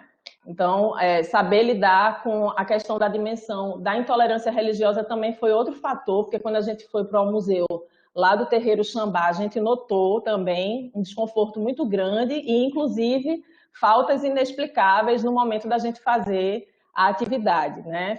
Foi uma coisa que a gente também constatou, das pessoas não quererem sequer participar da experiência, né? Então, essa dimensão da gente fazer exercícios sobre os projetos civilizatórios, a questão da alteridade, de como a gente olha a cultura do outro, como a gente se silencia diante dela, a questão também de como a gente vê o nosso corpo e o olhar sensível, né, no mundo, e as questões principalmente de direito à saúde humanizada, que é o foco da nossa disciplina, né? Então, para concluir essa questão de como foi, né, o resultado mesmo dessa prática, a gente vê que, diante do contexto crescente de intolerância e de ódio que a nossa sociedade vem vivendo, né, a gente considera que é muito importante fazer esse tipo de experiência para valorizar a formação crítica, plural, humanizada dos futuros profissionais da saúde coletiva. E também contribuir para a socialização deles com estudos que possibilitem compreender e valorizar a formação universitária numa perspectiva de processos educativos que são construções coletivas, que envolvem processos, né, onde a gente faz isso junto na ação do ensinar, tanto professor como estudante, né? Porque é isso que a gente também, às vezes, sente muita falta. Há uma hierarquização muito grande do ensino nos cursos, enfim, da área de saúde. E, por fim, a necessidade, claro, sempre da promoção de diálogos entre distintas áreas do saber, que eu acho que é isso que ciências humanas e sociais sempre favorece muito, né? Esse estranhamento e essa desconstrução de uma série de valores para que a gente possa, né, lá na ponta, quando estiver atuando como profissional de saúde, saber que a gente está com a diversidade ali à nossa frente, né? E o respeito a isso é muito importante. Muito obrigado, Maria Lana, realmente super empolgante essa apresentação. E aí, na verdade, meu comentário não é nem, logicamente, sou de longe avaliador, na verdade, atualmente, mas, na verdade, o meu comentário é mais uma súplica. Sim. Por favor, me chame nessas próximas discussões, pelo amor de Deus, eu boto a turma que eu estiver fazendo, zoologia dos vertebrados, qualquer coisa, eu vou com você, porque eu achei muito massa essa ideia. Realmente, assim, a questão final de conclusão, a gente vê como é global, na verdade, essa ideia de levar os alunos para exposições de arte, que tem a ver com essa, como você falou, desconstruir, na verdade, todas essas ideias prefixadas, né, que, na verdade, grande parte todo mundo tem, na verdade, inclusive eu. Então, mas essa abertura é necessária para qualquer curso, na verdade. Você usou o exemplo de saúde coletiva, mas poderia ser para um curso da Poli, por exemplo, né? Imagina os alunos lá da Poli, engenharia eletrônica, a galera vidrada no computador. Gente, vamos conhecer a cidade, vamos conhecer os museus e tudo mais, muito legal. Assim, realmente, Felipe, para você ter ideia, assim, tinha alunas nossas que estão tão naquele trajeto, às vezes, né, de casa para a universidade, ou para o estágio, ou para isso, que, por exemplo, ir ao Derby, que é um local central e muito conhecido da cidade, foi um desafio para algumas delas, das estudantes, né? Então, a gente estudou cartografia, a gente estudou mapas, localizadores, né? Assim, essa exposição, no caso do Derby, eu não entrei tanto no comentário dela, mas ela foi interessante porque o videoarte suavizou um pouco o impacto da primeira exposição, né? Como eu disse, ela tinha cenas onde, por exemplo, você encontrava obras barrocas ao avesso. Então, em vez dos índios serem, por exemplo, figuras canibalescas, a gente tinha os colonizadores fazendo isso, né? Esse contradiscurso que a gente sabe que também é fundamentado em história factual, documentada. A gente sabe desse contato violento, né? Não é também uma imagem só que brinca com a possibilidade artística, mas que a gente pode realmente trabalhar. No caso do videoarte lá na Fundage, a gente percebeu que, assim, elas tiveram um pouco mais de tranquilidade em lidar, né? Eram discursos que já estavam mais próximos do cinema, do audiovisual, a questão da música, tinha outros elementos que suavizaram. Mas foi muito interessante que elas, eu posso até botar aqui no chat como recomendação para que vocês possam ver, porque sensibilizou muito minha turma, um videoarte especialmente da exposição Longe, que se chama A Barca, né? Nesse vídeo documentário, ele está disponível no Vimeo. Eu acho que ele deixou disponível no Vimeo o artista, que a turma viu mais uma vez, ficou muito empolgada com o trabalho dele.